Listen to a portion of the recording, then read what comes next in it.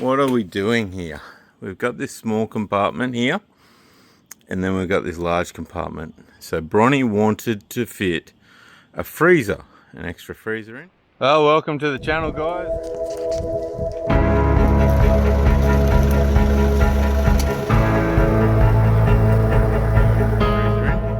So we've picked up the June 30 litre fridge freezer. Goes down and freezes. Just a cheapy little one, reversible handle. Controls on that end. And we've got a metre of film ply, I think they call it. So it's straight black, and then I've just painted the cut edges. But it's only 12mm thick. We got drawer slides that are a metre long, and we want to mount the freezer on the back section. We've added that cage in the back so that nothing can blow through from the other side up against the freezer. And then on the end we want to add a little air fryer. So Bronny's little home away from home, we're going to add a freezer and an air fryer on a 1 metre pull out, which will pull out into this section. A future mod idea, not guaranteed yet, but an idea is a pull-out compartment for the chairs and a solar blanket and whatever else, like a big pull-out drawer. She's got the queen bed up in there. It's not a bad little setup actually. A little kitchen in the other side. Just trying to get my head around how we're going to run the drawer slides, the film ply to hold the fridge, and yeah, how we're going to run everything and fit it all and have it so it slides out and then slides back in. Also want to do the mod on the end of these, so you pull the plastic off, add a bit of angle across there and pop rivet it on so that it's just one handle, unlocks them all. But that's one job for tonight done. We got the mesh in there. That was fun, climbing in a metre and just screwed top and bottom. I do have to get up on top and just take the top off with probably a grinder. Little screws just went through. I knew they would, they're a bit long. Flatten them off so that it doesn't wreck the mattress and clean that up. So my original plan was to have these fellas upright along that edge and bolted into the drawer runners. Runners bolted into the framework on both sides obviously. And then the ply on top, but just ain't enough gap. So that plan's out the window and we are redesigning. I'm coming up a little bit like this. I went and got some alloy, which I had, and I've just screwed and bolted that to the drawer runner. I'll put it back together. So it looks a little bit like that, sitting back a bit. And the idea is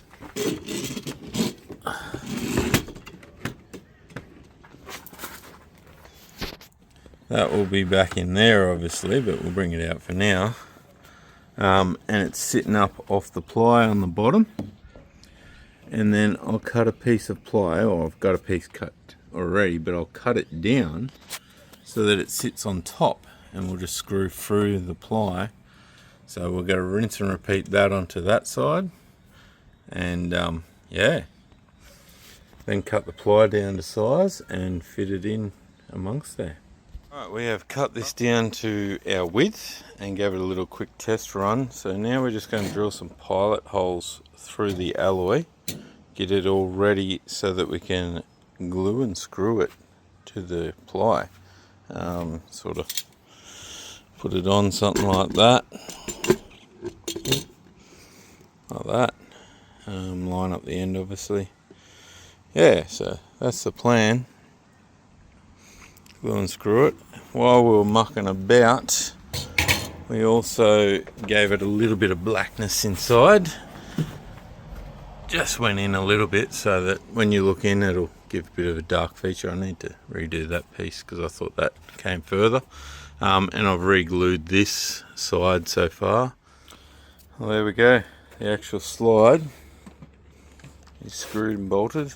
Do need to run through with the grinder and take all the excess off. I could probably leave the stainless, but I'll get rid of the wood screws sticking up. lower them down. Yeah, she's just got to squeeze in there.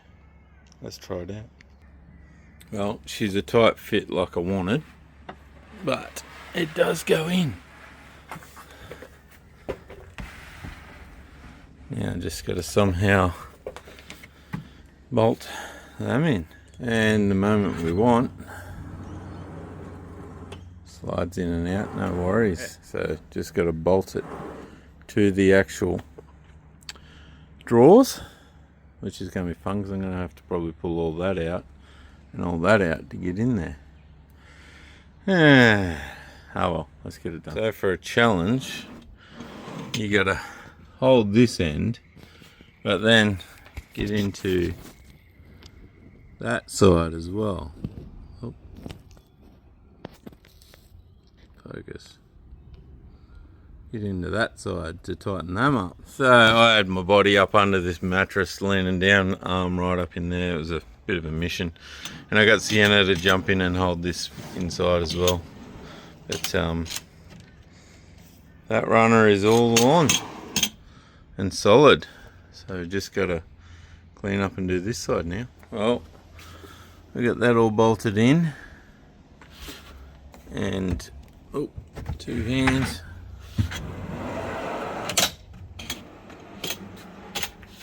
Well, we've got the 1-hand handle on there. Just a bit of angle, pop riveted on, and you can pull it in and out, get all the way in, and locks it in there. Just pull him back out. So that's done. Took the edges off the corners off there and there. Maybe a little lick of paint, and it's pretty much done. Bracing, strap down points, and we've just got to run the wires.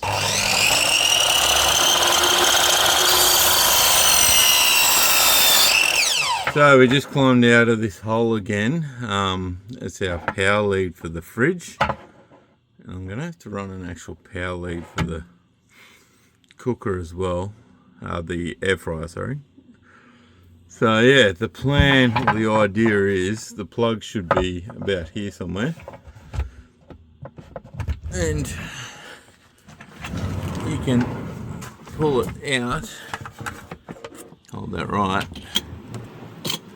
right out, and it keeps the cord from going down underneath. It just pulls it back up and out of the way. Hopefully that works. Looks like it'll work. Here's the setup out. Got the fridge, or the freezer, opens up just next to the mattress. It is strapped down on the back, I don't know if you can see that, to one anchor point, the same as the front. Just got one anchor point in the center, up to a double on the front, and the air fryer. This is our bar that makes it single, and the air fryer's just got to go over a little bit. There's another tie down point there, so just got to get a strap to go over the top of that, and she just sneaks in there. There she is, all in place.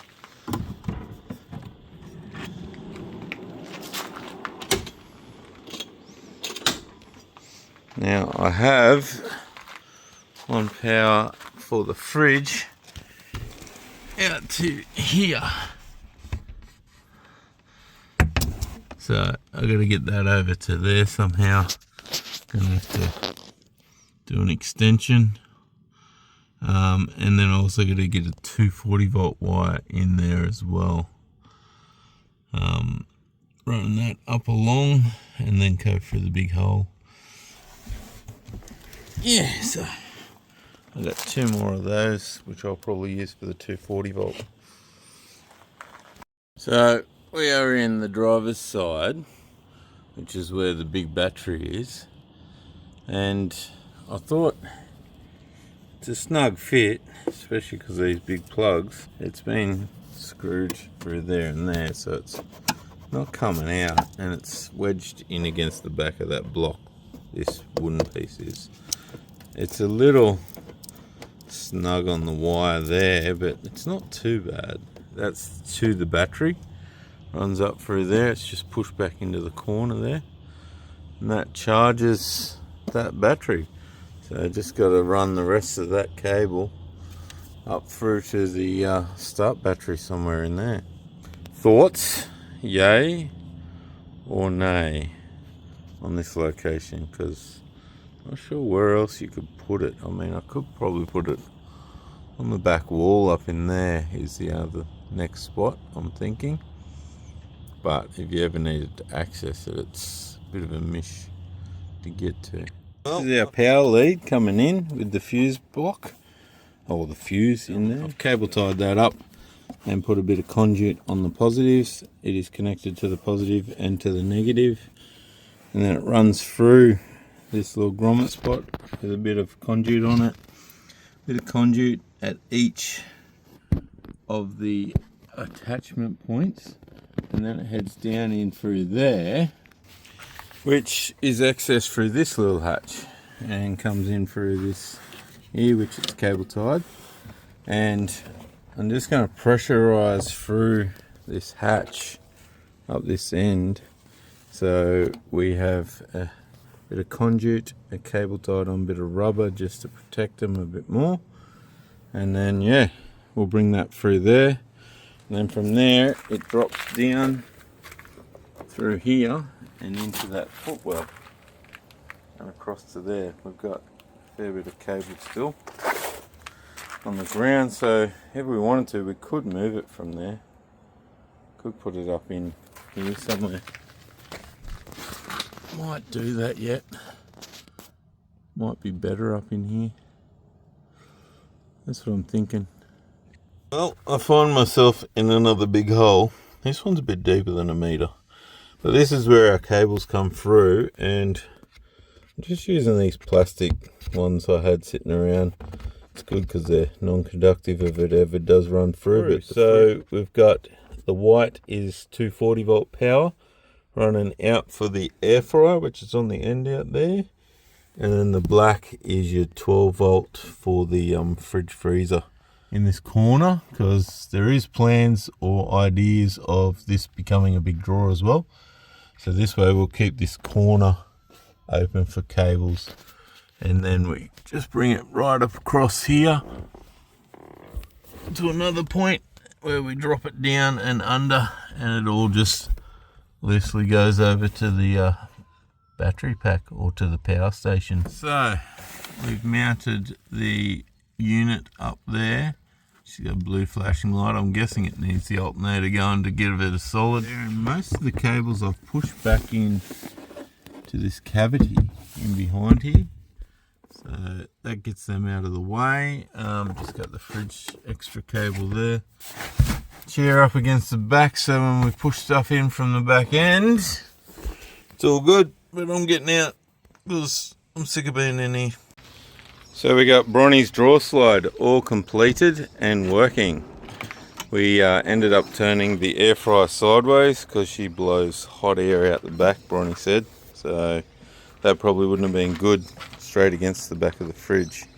Fridge is down at -18 and went really well yesterday. Didn't use too much battery power. Opens up, even got little icicles on it. So that is a win. Bronny is all ready for her big trip.